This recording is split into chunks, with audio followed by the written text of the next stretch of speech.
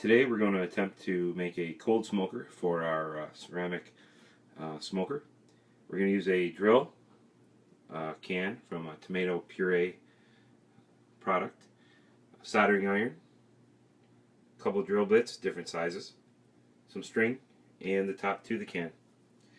The soldering iron, just want to note that it's used and it has worked very well through the years.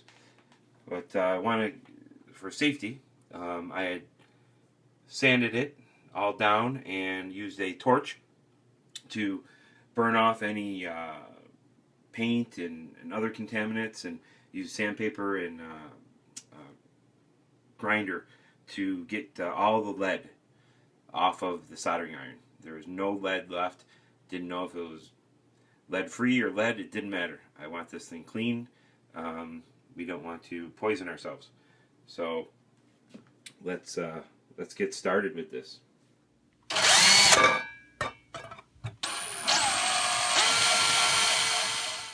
had to add a tool to our video here. I took a nice new vice grip pliers that I got for Christmas from my brother, so kudos out to him.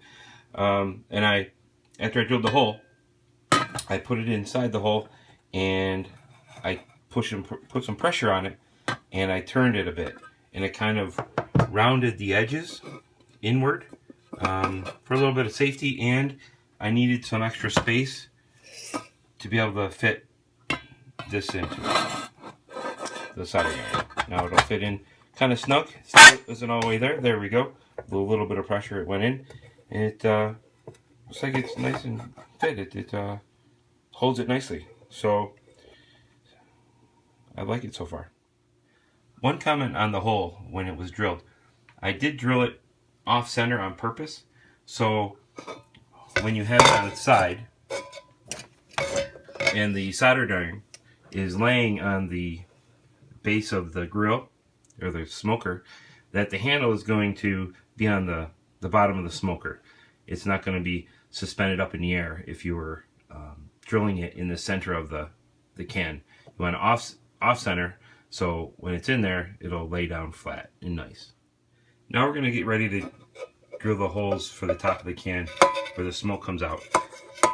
Lay the can down so the off center hole is closest to the counter, and we're going to be drilling the smaller holes with the smaller drill bit on the top right over here. We're going to do about 10 or 12, so we'll see.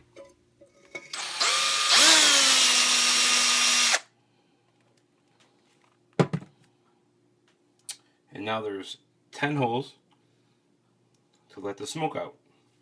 Now be careful, because there will be jagged edges on the inside, but the smoke doesn't mind. Just don't put your hands or fingers in there.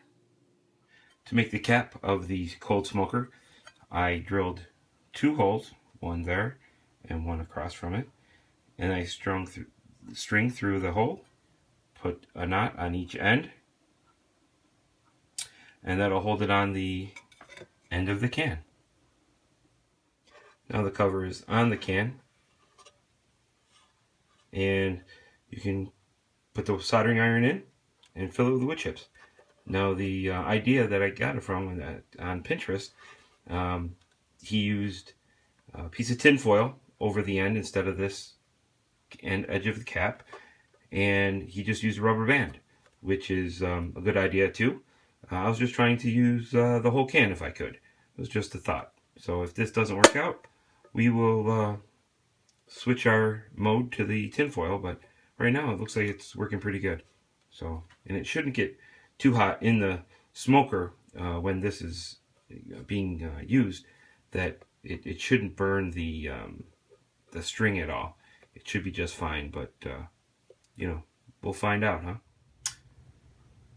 Okay, it's been about 4.5 minutes with the soldering iron in the chips in the can, and as you can see, there's smoke just started, and I'm using applewood chips and dust. It's a mix of larger pieces and small pieces from like a chainsaw, and then larger chips that just fell off when I was splitting it.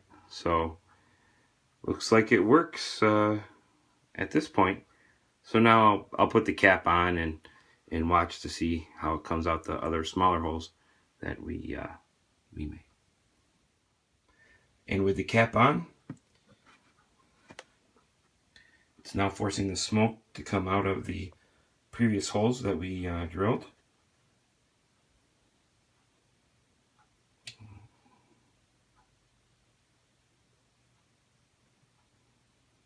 And eventually it'll get hot enough and enough smoke to hopefully smoke some cheese for cold smoking.